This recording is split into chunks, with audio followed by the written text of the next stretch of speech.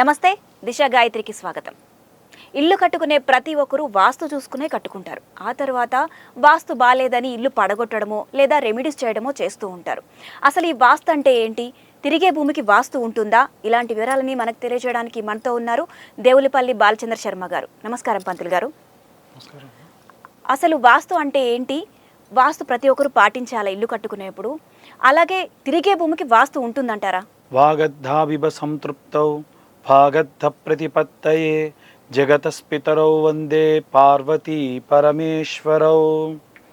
దిశా గాయత్రి ప్రేక్షకులకు నమస్కారం. మీరు అడిగినట్టుగా వాస్తు అనేటువంటిది ఉంటుందా అంటే వసతి ఇతి వాస్తు అని అంటారండి. తిరిగే భూమికి వాస్తు ఉందా అంటే ఇప్పుడు సాధారణంగా ప్రశ్నకు ప్రశ్న సమాధానం కాదు, కానీ మన నోటితోనే భోజనం ఎందుకు చేయాలి, ముక్కుతో ఎందుకు తినకూడదు అంటే ఏం చెప్తారు? అలాగే మనిషి యొక్క జీవన నిర్మాణానికి గాను, మనిషి యొక్క వసతి గృహానికి గాను ముఖద్వారం అనేటువంటిది తూర్పున, అలాగే వంట అనేటువంటిది ఆగ్నేయము, మనిషి పడుకునేప్పుడు ఎత్తులోనే పడుకోవడము, ఇలాంటివన్నీ కూడా నిర్దిష్టత చేసినటువంటిదే వాస్తు. ఖచ్చితంగా వాస్తు పాటించాలి, వాస్తు ప్రకారంగానే గృహ నిర్మాణం జరగాలి, వాస్తుకు సంబంధించినవన్నీ కూడా ఖచ్చితంగా అలాగే చేయాలి. ఈ వాస్తు అనేటువంటిది యుగాలను బట్టి, అలాగే సంవత్సరాలను బట్టి, నవీన కాలం బట్టి రకరకాలుగా మారుతూ ఉంది. కాబట్టి వీలైనంత వరకు వాస్తును పాటించకపోతే ఇబ్బంది ఎలా ఉంటుందో వాస్తును పాటిస్తే అంతే సంతోషంగా కూడా జనాలు ఉంటారు. వాస్తులో రకాలు ఉంటాయంటారా? అసలు వాస్తు ఎన్ని రకాలు, అవి ఏంటో చెప్పగలరా? పూర్తిగా వాస్తు 4 రకాలు ఉంటాయండి. దానిలో ఒకటి భూమి వాస్తు, రెండవది హార్మనీ వాస్తు, మూడవది నివాస అంటే నిద్రించేటువంటి స్థలాన్ని బట్టి చూసేటువంటి వాస్తు, నాలుగవది యాన వాస్తు లేదా మానవ సంబంధితమైనటువంటి వాస్తు అంటారు. దీంట్లో భూమికి సంబంధించినటువంటి వాస్తు ఏమిటి అంటే మనం ఎలాంటి భూమి తీసుకోవాలి, అది చతురస్రాకారంలో ఉండాలా లేదా కోణాకారంలో ఉంటే ఏంటి, ఏ దిక్కు పెరిగితే ఎలా ఉంటుంది అనేటువంటిది ఖచ్చితంగా చూసుకొని భూమిని తీసుకోవాలి. ఇది భూమి వాస్తు. హార్మనీ వాస్తు అంటే మనము నిర్మించుకునేటువంటి ఇంటి నిర్మాణం అనేటువంటిది ఎలా ఉండాలి, అది 1 అంతస్తు ఉండాలా, 2 అంతస్తులు ఉండాలా, ఇంకా ఎలా ఉండాలి అనేటువంటిది చెప్పేటువంటిది. మూడవది మనం నిద్రించేటువంటి ప్రదేశంలో ఒక మనిషి ఎంత వెంటిలేషన్ ఉంటే, మన నవీన యుగంలో చెప్పాలంటే వెంటిలేషన్ లేకుంటే సఫకేషన్ అనేటువంటిది విపరీతంగా జరుగుతుంది.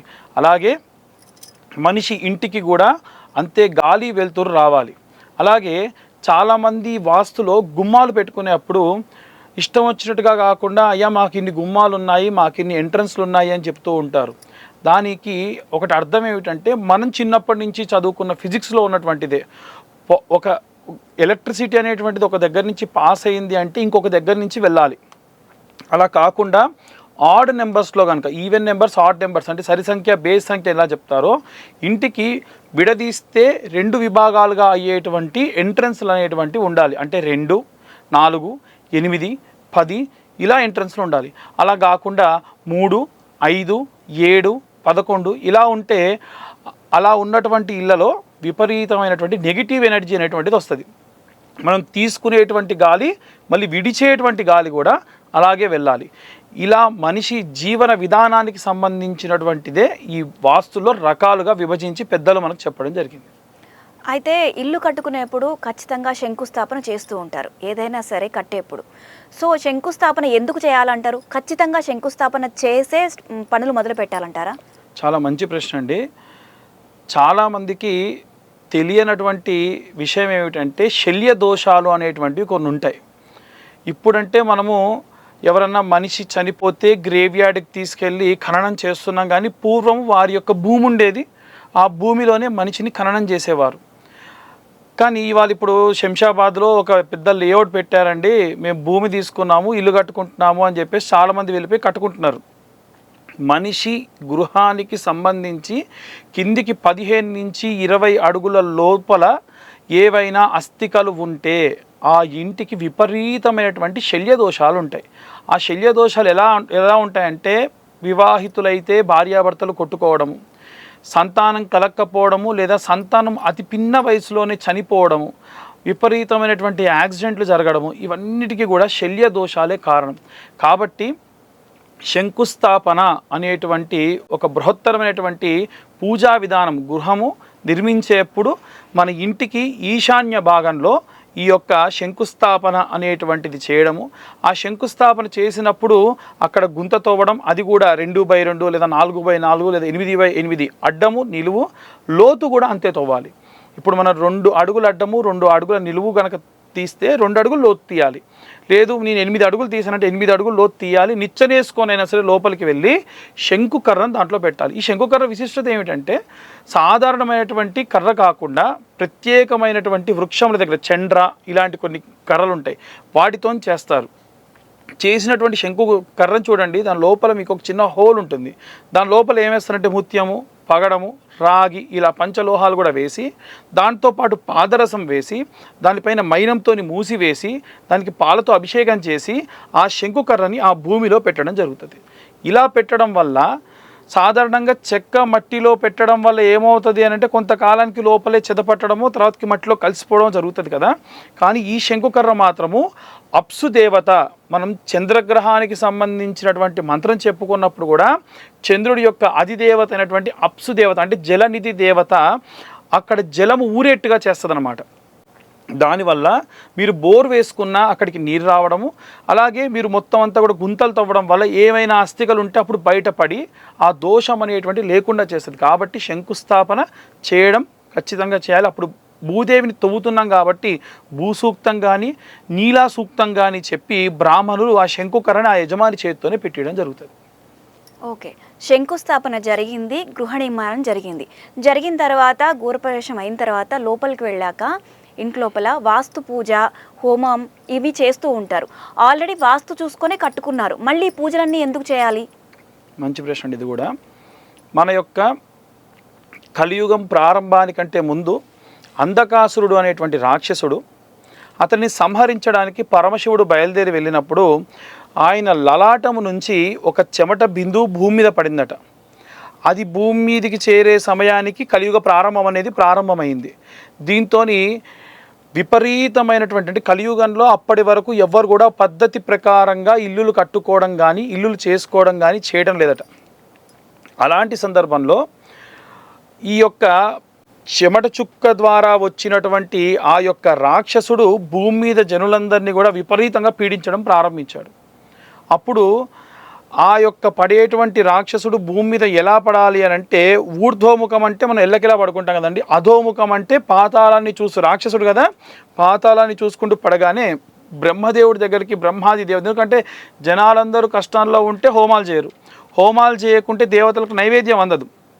కాబట్టి దేవతలందరూ కూడా వెళ్ళి ప్రార్థిస్తే బ్రహ్మదేవుడు ఆ రాక్షసుని అధోముఖంగా పడేట్టు చేసి ఆయన తలభాగం వచ్చేసి ఈశాన్యం వైపు, పాదములు వచ్చేసి అంటే అయ్యప్ప స్వామి కూర్చుంటే ఎలా కూర్చుంటారు అలా కూర్చున్న విధంగా నైరుతి వైపు, ఈ బాహువులన్నీ కూడా ఒకటేమో ఆగ్నేయము మరొకటేమో వాయువ్యం దిక్కుగా అమర్చి ఉన్న సమయంలో 25 ప్రదేశాల్లో ఆ యొక్క రాక్షసుడి మీద బ్రహ్మదేవుడు కొంతమంది దేవతల్ని కూర్చోబెట్టారు. మండల దేవతలు 41 మంది దేవతలు ఉంటారు. శిరస్సున ప్రారంభమైన శిఖి అనేటువంటి దేవత దగ్గర నుంచి ప్రారంభిస్తే పాదముల దగ్గర పితృగణము అనేటువంటి దేవత వరకు, అలాగే 25 చోట్ల 26వ చోట బ్రహ్మదేవుడే స్వయంగా మధ్యలో. అందుకే మనకి బ్రహ్మదేవుడు వచ్చింది నాభి నుండి అని చెప్తూ ఉంటాం. అలా మధ్యలో బ్రహ్మదేవుడు ఉండి మనందరినీ కూడా కాపాడుతున్నప్పుడు ఆ రాక్షసుడు విపరీతంగా ఏడ్చేశాడనమాట. ఇది కలిధర్మం అయ్యా, జనులని పీడించడానికే కదా, కలి రూపేనా వచ్చా నేను ఇక్కడికి అన్నప్పుడు ఒక పని చెయ్యి, ఎవరైతే గృహాన్ని వాస్తు ప్రకారంగా కట్టుకుంటారో, ఎవరైతే గృహాన్ని వాస్తు ప్రకారంగా కట్టుకొని వాస్తు పూజ చేస్తారో, ఈ యొక్క దేవతలందరి పేర్లు కూడా వాస్తు పూజలో చదువుతామండి బ్రాహ్మణులం అందరం కూడా. మేము వాస్తు హోమం చేసినప్పుడు కూడా వారందరి హోమం హవిస్సులు వేస్తూ ఉంటాము. అలాగే ఎవరైతే వాస్తు హోమము, వాస్తు పూజ తదితర వాస్తు కళ్యాణం లాంటివి చేసుకుంటారో వారిని నువ్వు పీడించకూడదు అని చెప్పి బ్రహ్మదేవుడు చెప్పి, అలా ఎవరైతే చేయరో వారిని నీ ఇష్టం అని చెప్పేసి బ్రహ్మదేవుడు ఉపశమనం ఇచ్చారట. ఇక్కడ చాలామంది మమ్మల్ని అడుగుతూ ఉంటారు, పంతులు గారు మేము ఇల్లు కట్టుకున్నామండి, ఫాల్ సీలింగ్ చాలా కిందికి ఉంది, హోమం చేసుకోవాలా, అమ్మ మనం సాధారణంగా ఇల్లు కట్టుకోవాలి అంటే ఇసుక ఎక్కడి నుంచి తెచ్చుకుంటాం? నదుల నుండి లేదా సముద్రాల నుండి. ఒక మనిషి చనిపోతే అతని అస్థికలు తీసుకెళ్ళి ఎక్కడ కలుపుతారు? నదులలో, సముద్రాల్లో. అది చివరికి ఆ మట్టిలో కలిసిపోవాల్సిందే. ఆ మట్టిని తీసుకొచ్చి మెత్తగా మన ఇళ్లలో మొత్తం ఎత్తుతున్నాం. మరి చనిపోయిన వాళ్ళ యొక్క కర్మకాండాలు అన్నీ సవ్యంగా చేసుంటారా? కొంతమంది చేస్తారు, కొంతమంది చేయరు. అప్పుడు వాళ్ళ ఆత్మ విపరీతంగా ఘోషిస్తుంది. ఆ ఇంట్లో ఎవ్వరు పచ్చగా ఉన్నా వాటికి నచ్చదు. అప్పుడు హోమం చేసినప్పుడు స్వాహ అని వేస్తున్నప్పుడు అలా ఆహాకారాలు పెట్టుకుంటూ ఆ పీడితం అనేది పోతుందట. అందుకని వాస్తు హోమము, వాస్తు కళ్యాణం కూడా చేసుకుంటూ ఉంటారు. మధ్యలో మళ్ళీ వాస్తు కళ్యాణం అన్నారు, అంటే ఏంటి? ఈ వాస్తు కళ్యాణం అనేటువంటిది వాస్తవంగా వాస్తు కళ్యాణం కాదండి. జనాలందరూ నానుడిగా వాస్తు కళ్యాణం అని వచ్చింది. వాస్తు నారాయణ కళ్యాణము, లేదా మా కులదేవత శివుడు అండి అంటే శివపార్వతుల యొక్క కళ్యాణం అనేది సాధారణంగా చేసుకునేటువంటి విషయం. అయితే ఎందుకు చేయాలి వాస్తు కళ్యాణం అంటే, తెలంగాణ ప్రాంతంలో ఉన్న ప్రజలందరూ కూడా ఆ యొక్క పరమశివుడిని లేదా పరమాత్మ అయినటువంటి ఆ యొక్క విష్ణుమూర్తిని వారి యొక్క పెద్ద కొడుకుగా భావిస్తారు. మనకు సాధారణంగా ఇంట్లో మొట్టమొదటి కళ్యాణం ఎవరు చేస్తారండి? పెళ్ళి ఎవరిది చేస్తారు? ఇంట్లో మొట్టమొదటి పెద్ద కొడుకు చేస్తారు. ఇప్పుడు ఇంట్లో మొదటి వివాహం ఎవరిది చేశాము? విష్ణుమూర్తి అమ్మవారికి చేసాం. అప్పుడు స్వామివారు ఏమనుకుంటే, వీడు నా కొడుకుగా భావించి నన్ను నా కళ్యాణం చేశాడు, నా వివాహం చేశాడు, వీడికి నేను కాకపోతే ఇంకెవరు ఉంటారు అని చెప్పి మనకు వచ్చేటువంటి కష్టములన్నింటినీ కూడా స్వామివారు అడ్డుగా నిల్చుంటారు అనమాట. అందుకని అయితే దగ్గరలో పిల్లల పెళ్ళిళ్ళు ఉంటే, గృహప్రవేశం ఉంది, మరొక 6 నెలల్లో పెళ్ళిళ్ళు ఉంటే చాలామంది చేసేది ఏమిటంటే, అయ్యో నాకు ఇంటికి కొత్త కోడలు వస్తుంది కదా, మా అబ్బాయి కోడలతోని వివాహం అంతా సక్రమంగా జరిగితే వారితో కళ్యాణం మళ్ళీ జరిపించుకుంటామని చెప్పేసి సాధారణంగా కూడా ఈ యొక్క గృహంలో చేసేటువంటి వాస్తు నారాయణ కళ్యాణం అనేటువంటిది సర్వసాధారణంగా చేస్తూ ఉంటారు. అయితే గృహ నిర్మాణం చేసిన తర్వాత ముందు వాస్తు అంతా చూసుకొని నిర్మాణం చేసుకుంటారు. ఆ తర్వాత ఇంట్లోకి ప్రవేశించిన తర్వాత, గృహప్రవేశం అయిపోయిన తర్వాత కొన్ని రోజులకి వాళ్ళకి కొంత మనశ్శాంతి లేకపోవడము, లేదంటే చిన్న చిన్న కష్టాలు కలగడము, ఇవన్నీ జరుగుతూ ఉంటాయి. అప్పుడు మళ్ళీ చూపించుకుంటే వాస్తు బాలేదని చెప్తూ ఉంటారు. అప్పుడు కొంతమంది ఇల్లు పడగొట్టడము, ఇంకేవో చేయాలని చెప్తూ ఉంటారు. ఇల్లు పడగొట్టకుండా ఎలాంటి రెమెడీస్ తీసుకుంటే వాళ్ళకి ఫ్యూచర్ బాగుంటుందంటారు? ఓకే అండి, ఇప్పుడు మొదలు వాస్తు ప్రకారంగా ఇల్లు కట్టుకోవడం, వాస్తు ప్రకారంగా లేదనడం ఈ మధ్య కాలంలో మనం ఎక్కువగా వింటూ ఉంటాం. అయితే అసలు వాస్తు అంటే ఏమిటో ఒక 4 విభాగాలుగా చెప్తా. దీన్ని కొంతమంది తప్పుగా అర్థం చేసుకోకండి, క్లియర్గా చెప్తాను. ఈశాన్య భాగంలో గుంట అంటారండి. గుంట అంటే బావులు ఉండేవి ఒకప్పుడు మనకి. అక్కడ బరువు అనేటువంటిది ఎప్పుడు కూడా చాలామంది ఏమంటారంటే, ఈశాన్యంలో బరువు ఎక్కువగా ఉండకూడదు, అందుకని అక్కడ బీరువాలు కానీ ఇతరత్ర ఇంకేవి కానీ పెట్టకూడదు అని చెప్తూ ఉంటారు. కాబట్టి అక్కడ ఈశాన్య భాగంలో బావులు ఉండేవి. నీరు అనేటువంటిది పెరుగుతుంది ఊరిన తర్వాత, లేదా తగ్గుతుంది. కాబట్టి దాన్ని గుంట అని మన తెలంగాణలో, ఆంధ్రాలో కూడా అంటారు. అలాగే ఆగ్నేయానికి వస్తే, ఆగ్నేయ మీకు ఇంగ్లీష్లో చెప్పాలి అంటే ఈస్ట్ సైడ్ వస్తే అది కనుక నార్త్ ఈస్ట్ కార్నర్ని ఈశాన్యం అంటారు, దాన్ని గుంట అంటారు. అలాగే సౌత్ ఈస్ట్ కార్నర్ని ఆగ్నేయము అని అంటారు, దాన్ని వంట అంటారు. గుంట, ఇది వంట. అలాగే నైరుతి భాగము యజమాని స్థానము, అక్కడ ఎప్పుడూ కూడా ఎత్తుగా ఉంటుంది అన్నమాట, దాన్ని పంట అంటారు. అంటే మనం ఎప్పుడు కూడా ఎత్తులో పడుకోవాలి. తలకిందులుగా మనిషి పడుకుంటే ఏమవుతుంది? రక్తం గడ్డగట్టిపోయి మనిషి అనారోగ్య పాలవుతాడు. కాబట్టి నైరుతి భాగం ఎప్పుడు కూడా ఎత్తులో ఉండాలి, దాన్ని పంట అంటారు. ఇక వాయువ్య దిశగా, ఈ యొక్క వాయువ్య దిశ కానీ ఏమంటారంటే, వాయువ్య దిశని నార్త్ వెస్ట్ కార్నర్ అంటారు, దాన్ని పెంట అంటారు. అంటే పూర్వకాలంలో మన వాళ్ళు ఏమంటారనంటే, మాకు దొడ్డు ఉందండి వెనకాల, ఆ దొడ్లో గేదెల్ని కట్టేశాము అని అంటుంటారు. అంటే వాష్రూమ్స్ కావాలంటే కూడా అలాగే ఉండేవి. ఇప్పుడు ఇవాళ రేపు అసలు ఇంకా గట్టిగా మాట్లాడితే మన ఇంట్లో ఎవ్వరి కూడా వాస్తు లేవని చెప్పాలండి. ఎందుకంటే మన ఇంట్లో వాష్రూమ్ అనేది ఉండకూడదు. మనం ఏమంటారు, తిన్నాక 100 నుంచి 200 అడుగులు వేయండి అని చెప్తారు. బాగా అబ్జర్వ్ చేస్తే మన ఊర్లలోకి వెళ్తే మన వంటిల్లు ఎక్కడ ఉంటుందో అక్కడ నుండి కరెక్ట్గా 100 అడుగుల దూరంలో మన యొక్క ఇంటి వాష్రూమ్స్ కానీ లేకుంటే బాత్రూమ్స్ కానీ ఉంటాయి. కారణం ఏంటంటే మనిషి అక్కడి దాకా నడవడం వల్ల తన ఆరోగ్యం బాగుపడుతుందని చెప్పేవాళ్ళు. ఈ 4 అనేటువంటివి బేసిక్ రూల్. ఎప్పుడైనా సరే వాష్రూమ్ని నేను నైరుతిలో పెట్టుకోవచ్చా? నైరుతిలో లక్ష్మీదేవి స్థానం, అక్కడ బాత్రూమ్ ఎలా పెడతారు?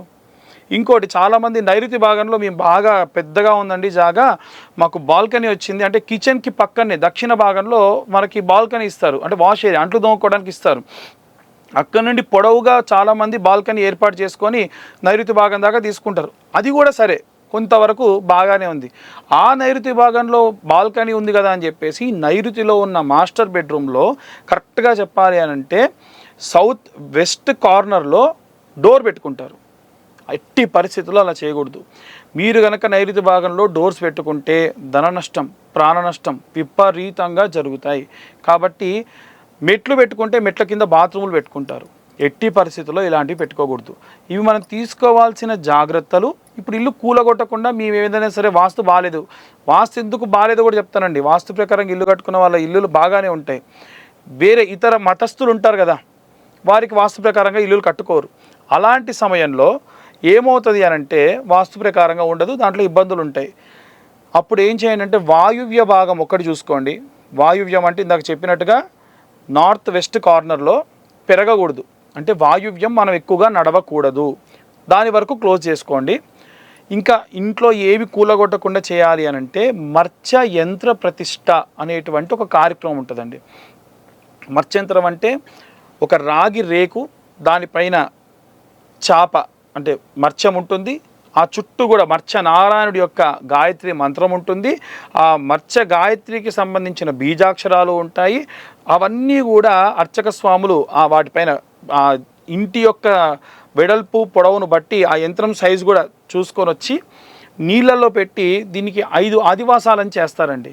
జలాదివాసం ఆఖరిగా ఉంటుంది. పుష్పాదివాసం, ధాన్యాదివాసం, ఫలాదివాసం, పుష్పాదివాసం అంటే ఒక పూజ చేసి కొద్దిసేపు పూలలో పెడతారు. ఇంకా చెప్పాలంటే ఒక రోజంతా పూలలో పెడతారు, ఒక రోజంతా బియ్యంలో పెడతారు, ఒక రోజంతా పండ్లలో పెడతారు, ఒక రోజంతా కూడా నీళ్ళలో పెట్టి ఆఖరిగా నీళ్ళలో నుంచి తీసుకొచ్చి మన ఇంటికి ఈశాన్య భాగంలో గుంత తవ్వి సిమెంట్తో నలికి ఒక చిన్న గాబులాగా చేసి దాంట్లో నీళ్లు పోసి ఈ మర్చయంత్రాన్ని దాంట్లో పెట్టేస్తారు.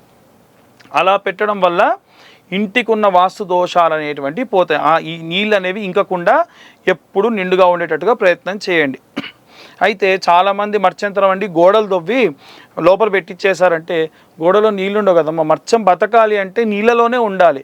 ఒకసారి ప్రాణప్రతిష్ఠ చేసి అసునీతే పునరస్మాతో చక్షు పునఃప్రాణమిహినో దేహి భోగం జోపశ్యేవ అని చెప్పి మంత్రం చదివి ఆ మర్చయంత్రానికి ప్రాణ ప్రతిష్ఠ చేసి ఈశాన్య భాగంలో పెడతారు.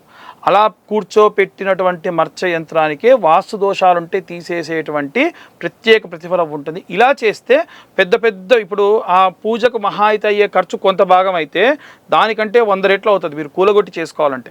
కాబట్టి ఇల్లు గట్టిగా ఉంది, నిర్మాణం బాగుంది, ఇలాంటివి చేయడం వల్ల వాస్తు దోషాలు అనేటువంటివి పోతాయి. అలాగే ఈ కొన్ని ఇళ్ళకి వీధిపోటు ఉందని చెప్తూ ఉంటారు. అసలు వీధిపోటు అంటే ఏంటి? ఆ వీధిపోటు నిజంగానే దానివల్ల ప్రమాదం ఏమన్నా ఉంటుందా? దానికి నివారణ ఏందంటారు? ఇక్కడ వీధిపోటు విషయంలో కూడా అండి 2 విభాగాలుగా చూడవచ్చు. వ్యాపారానికి వీధిపోటు వేరు, గృహ నిర్మాణానికి వీధిపోటు వేరు. వీధిపోటు తూర్పు భాగంలో, పడమర భాగంలో, పశ్చిమ భాగంలో, ఉత్తర భాగంలో అంటే నార్త్, ఈస్ట్, సౌత్, వెస్ట్ ఇవేటిలో కూడా వీధిపోటు పనికిరాదు.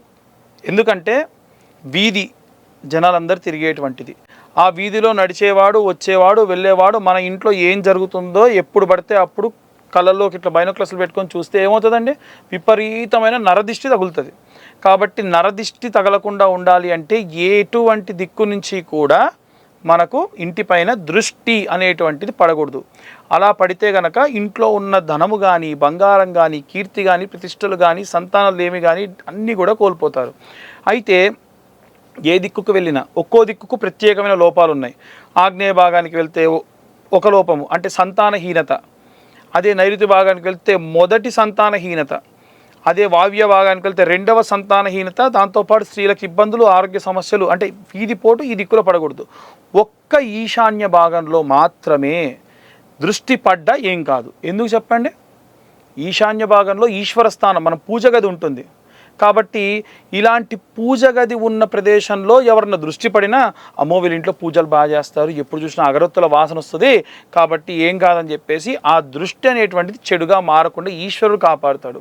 ఇక వ్యాపారానికి సంబంధించి కనుక వస్తే, వ్యాపారానికి సంబంధించి వీధిపోటు ఎంత ఉంటే అంత మంచిది. అదేంటి పంతులు గారు అంటే అక్కడ సంసార జీవితం అనేటువంటిది జరగదు. ఎంత దృష్టి పడితే అంత పాపులారిటీ పెరిగిపోతుంది. అక్కడెక్కడో 1/2 కిలోమీటర్ దూరం నుంచే మన షాప్ కనిపిస్తుంది అనుకోండి, మంచిదే కదా. కాబట్టి కొన్ని వీధి పోట్లు వ్యాపారానికి కూడా పనికిరావు. అంటే ఆ పైన గృహ నిర్మాణం ఉండి ఇంట్లో ఎవరన్నా ఫ్యామిలీస్ ఉంటే పనికిరాదు. ఉత్త వ్యాపార స్థలం అయితే ఎటువంటి వీధి పోటు కూడా ఏమీ చేయదు, చాలా మంచిది. అయితే చివరిగా ఇంకో ప్రశ్న, అసలు వాస్తు అంటే ఏంటి? ఇల్లు కట్టుకునేప్పుడు ఎలాంటి వాస్తు జాగ్రత్తలు తీసుకోవాలి? ఇందాక మనం చెప్పుకున్నట్టమ్మా, ఇంటికి సంబంధించి వాస్తు నిర్మాణం చేసేటప్పుడు మీరు ఎలాంటి స్థలమైనప్పటికీ శల్య దోషాలు లేకుండా, మొదలు మనం చెప్పుకున్నాం అంటే అది పూర్వము అక్కడ ఏవైనా పొలాలు ఉంటే అక్కడ ఎలాంటి ఖననాలు జరగకుండా ఉంటే అక్కడ చేసుకోవచ్చు. ఒకవేళ జరిగినా ప్రత్యేకంగా ఇప్పుడు మనం చెప్పినటువంటి వాస్తు పూజ, వాస్తు హోమము, వాస్తు కళ్యాణము చేయించుకోవడము, శంకుస్థాపన అప్పుడే పర్ఫెక్ట్గా శంకుస్థాపన చేసుకోవడం చేయాలి. ఇల్లు నిర్మాణంలో మెట్ల కింద బాత్రూమ్స్ నిర్మించుకోవడం చేయకండి. ప్లేస్ ఉందండి, రెంటర్స్కి మేము రెంట్ ఇచ్చాము, మెట్ల కింద బాత్రూమ్ పెట్టాము. ఇప్పుడు ఆ మెట్లు ఎక్కేటప్పుడు ఏం చేస్తారంటే దేవత విగ్రహాలు పట్టుకుంటారు, ఫోటోలు పట్టుకుంటారు, పిల్లల్ని పట్టుకొని కూడా వెళ్తారు. కింద ఏం దాటి వెళ్తున్నారు? కమోటి దాటి వెళ్తున్నారు. అది మహాదోషం.